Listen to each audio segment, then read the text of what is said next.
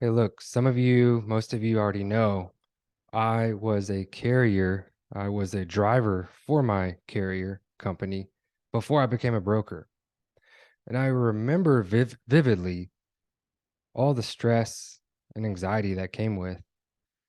Honestly, especially because I didn't even know brokers existed. Yeah, I know, it sounds crazy. But the advantage of not knowing is I only knew how to get business from shippers, which is exactly what brokers do. So, going far away, especially sending a driver, is when I stumbled upon freight brokers. But before that, I was a carrier and I always had stress when the truck wasn't moving. Because if you're not moving that truck, you're actually losing money. And so I remember knots in my stomach, feeling anxious. I had, I was the first and only driver to begin that carrier operation. And then I hired a driver in addition to me, and then eventually two drivers in addition to me. And so, talk about even more stress and anxiety. Those drivers depending on me getting loads for them from the shippers so they can put food on their table, feed their families. And of course, somebody had to pay the bill for the truck and trailer and the fuel in it, insurance. And so I just could not tell you how stressed I was pretty much all the time. And at the end of the day, you have one truck, two trucks, they're out on a load. Well, that is all the money you could make at that time because you don't have more than that on trucks. So you can't take up any more jobs. Okay. So if you're a carrier, if you're a struggling carrier, if you're a driver and you're feeling anxious, stressed, I totally get there. I get that and have been there. I want to kind of like give you my experience, kind of like I want to give you my experience. I want to let you know that feeling, I know it all too well. It's like I could never be at peace. The truck is gone. Okay, well, hopefully none of the shippers call me because telling the shipper no, probably not going to call me back. Probably have one more chance before they say no because that's what shippers do. That's what brokers do. They call carriers. If a carrier is able to get the business from the shipper calls the carrier. You only have one, two chances to say no. And that's why shippers work with brokers because brokers can find a truck more efficiently, too, may I add. So if a broker calls a carrier directly and that carrier keeps saying no, they're not going to call that carrier anymore, even a broker making that call.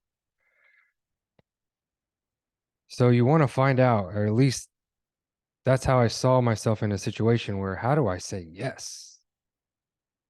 How do I say yes at the time? Yes to the shipper without going to the bank, getting more in debt, see if I even qualify for a loan. How do I say yes? So I'm stressed, can't sleep because you're going to, or at least what I was doing was doing the sales calls, trying to get the business, doing the work just to give, just to basically be in a situation where if I said no one or two times, that was it. All that work trying to get that customer, it's going to be thrown away. That's a pretty big deal, right? Because they are the ones that put money on or food on the table, money in the bank, your bank. And so saying no is, and you're in business, you don't want to be in business to say no. That's again where I found myself. How do I now say yes? How do I make sure all the cold calling effort I make to getting the shipper as a customer, how do I always have the ability to service that customer? And look, one day it came to me. What position gives me the ability to not have trucks necessarily, but can hire trucks 24/7 without paying the insurance, truck notes, trailer notes, be where I needed that truck to be, where and when I needed it to be there. The making sure that truck was willing to go where it needed to go, going within the state versus across the country is two different things. So how do I get all these variables in line at any given time when I get a call from a customer? Obviously, you've probably come to that answer. That answer is being a freight broker allows you to be able to do that. Say yes to your customer, have a full supply of trucks to service that customer, and not say no. Building more relationships than you ever could along the way. So, as a carrier, telling you, knots were in my stomach all the time. The truck sitting there, I know it's costing money.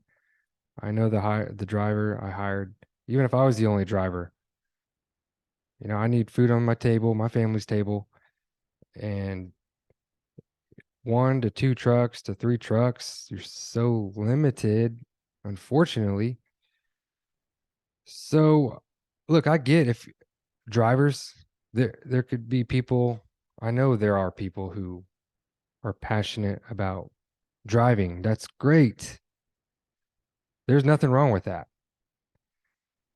I was just I'm set up to want to not be capped on the loads. How do I say yes without having a money tree in my backyard? And all roads where I come from, my experience was leading to being a freight broker is the answer to everything. So if you're a struggling carrier, like I don't even know if I mentioned at the beginning of the video, lately I'm getting texts from carriers and dispatchers of trucks and trailers for sale. So, you know, you have increased fuel prices, increased cost insurance, higher interest rates.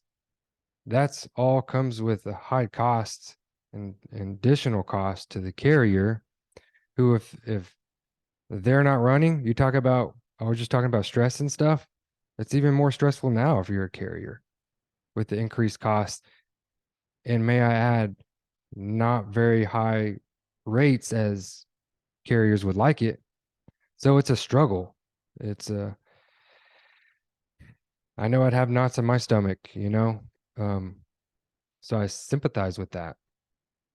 Telling you I've been there straight up and how I got out of it. So I was just thinking all this, wanted to share it with you as I'm getting several texts here lately of carriers selling their equipment that couldn't make enough money to continue to pay for it. And having 1, 2 trucks, you're going to be limited. So my suggestion, it's not my part to suggest, but I can tell you what can be a solution. You're a carrier, you can also add a brokerage to your carrier. You can 100% just flip flop into a full brokerage. And that's really what I would recommend. But I'm set up for that, and that's works for me. So, those are just that's the solution if you're a carrier. You need to make more money. The truck is sitting, you're anxious, you're stressed. Then when you do a load, now you're saying no to everyone else who calls you. It's hard to make a lot of money when you're capped at doing one load at a time, two loads at a time. Now take in consideration all the trailer notes, truck notes, and the fuel costs and all these other costs, insurance costs, and the loads not paying as high as a carrier would want. So I've been through it, and what has been a game changer for me, obviously, is becoming a freight broker. Hopefully, I can end on my last note I wanted to tell you, and maybe I'll save it for the next video if I can't remember, but I know I've shared plenty. So is it going to come to me? Just wait a few seconds here. I mean, I will add, being a freight broker, I can work from my home. I can rent an RV and go travel and do this. If you want to spend more time with your family, you're already limited of time with them and what loads you can do with 1, 2 trucks. Talk about taking away that limitation on spending time with your family. I just remember what I was going to say. So I'll end it with just like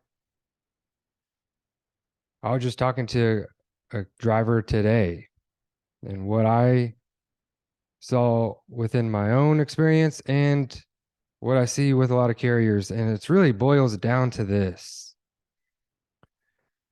You have carriers that obviously can do the job. So what's the big leap in becoming a successful freight broker? And this is going to be different for everybody. So what I'm about to say is it's not going to be a one thing that is can fix all situations.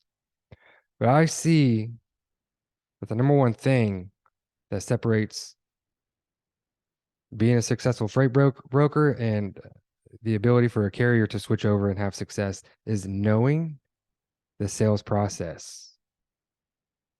Carriers, obviously, most of them get loads from the broker who is taking the shipper through the sales process. So the carrier does not, unless they go direct with the shipper. But most of the time, carriers are getting loads from brokers. So again, knowing the sales process is the gateway to being a successful freight broker in a lot of cases I've seen in my own experience. So I remember I invested in myself money I didn't have to learn the sales process when I decided to become a freight broker and release all those limitations. But yeah, it was just learning the sales process, being able to actually get the business from the shipper. So obviously, we in the freight broker mastery training program, we absolutely hone in on understanding the sales process and how to take the shipper through it and gain a customer. So hope you found value in this, and I guess I'll see you guys on the next video. Y'all take care.